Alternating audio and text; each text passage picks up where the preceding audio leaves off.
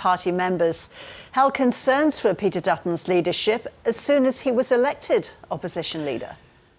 So, indeed, quite an extraordinary quote from Andrew Carswell, who was Scott Morrison's chief media advisor. He told me that on the night there was actually a bit of a sense of guilt among some Liberals.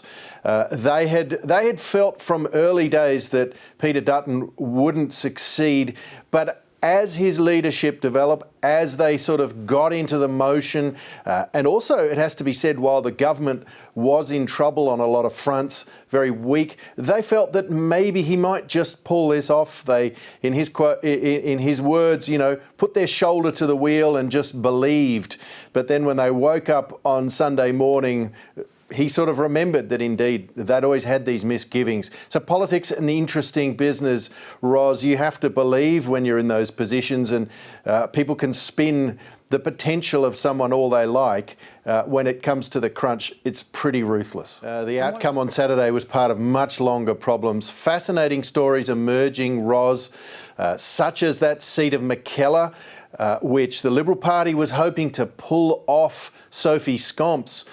Now, Peter Dutton's image in that electorate, that leafy North Shore, Northern Beaches electorate, was so poor that the local candidate for the Liberal Party, James Brown, his campaign refused to put out corflutes of Peter Dutton and his image. An extraordinary thing to do for the leader of the party not to be put out alongside the candidate, but the view was simply that he was too damaging to the local campaign. One campaigner told me for every image of Peter Dutton they'd put out on the street around the electorate, they'd lose 10 votes, Roz. So they decided not to put those out. They got a lot of blowback, presumably from HQ.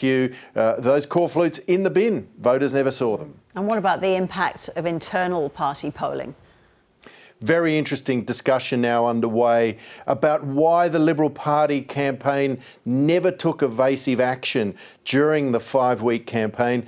It now comes out that they were following polling and following intelligence that was assuring them that they still had a chance, that they were level pegging with Labor.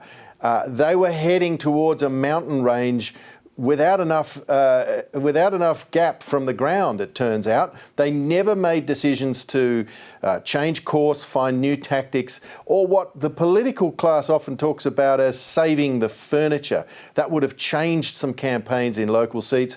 Senator John O'Doniam in Tasmania, very blunt on this point, saying this will not happen again in future campaigns. He was among some of those internally who could see that they were going off the rails. They did their own polling in Tasmania and started to take action to try and save some of those seats down there. Turned out to be nothing because the Liberal Party, aside from the Senate, has been banished from the aisle.